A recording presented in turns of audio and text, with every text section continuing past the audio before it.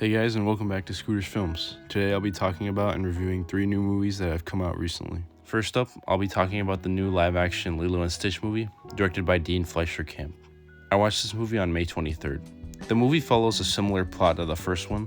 Lilo lives in Hawaii and is being taken care of by her older sister Nani. Lilo doesn't have many friends, but she wishes for one. Stitch is an alien and an experiment who crash lands on Earth after he's labeled as being a dangerous creature. Lilo adopts Stitch without Nani's permission. However, Lilo is not aware that Stitch is being chased after by his creator and the other aliens. The movie follows how the relationship between Stitch and Lilo grows, while also causing destruction within their own community. So I get it, Disney live-action movies don't have the best reputation, and I agree. The reviews for the last couple live-action Disney movies haven't been great. However, I have to give it to this movie. It wasn't all that bad. It's nowhere near as good as the original, and it's definitely missing some characters, but it still had some good jokes, and I think it brought the animated movie to life in a pretty decent way. It's obviously not perfect, and doesn't have the same feel and vibe as the original, but it's still a solid movie that I think should be given a shot. Overall, a 4 out of 5 from me. Next up, I'll be talking about Friendship, directed by Andrew DeYoung. I watched this movie on May 24th. The movie follows a man named Craig. Craig has a family and works as a marketing executive. However, he's very awkward and doesn't have many friends. One night, he goes over to visit a neighbor near his house, a weatherman named Austin. Austin and Craig hit it off, and Craig thinks about Austin all the time shortly after becoming friends with him. Eventually, after Craig starts to act out in front of Austin and his friends, Austin decides that they shouldn't be friends anymore.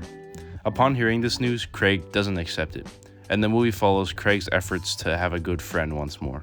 If you like Tim Robinson's comedy, you'll probably like this movie. It was unpredictably funny, and there were some parts of the movie that you would just never expect to see. At some points, the movie was even slightly disturbing.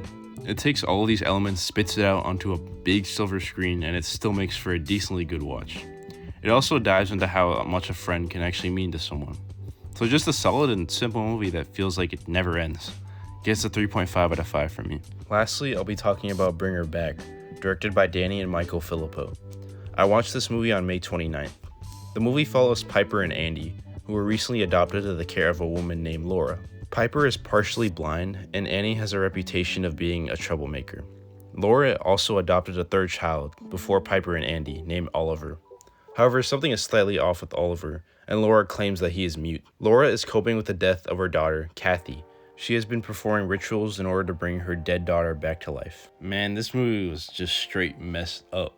It's beautifully done while also being incredibly hard to watch. The child actors did an incredible job, really contributing to the creepiness of it all.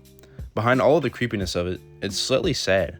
It touches some topics that impact people in real life. I've been watching Danny and Michael since their YouTube days, and it's cool to see how far they've come.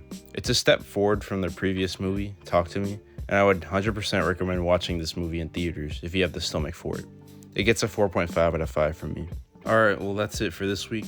Thank you all for watching. Let me know in the comments what you think of the movies I talked about, or let me know what you plan to watch in the future.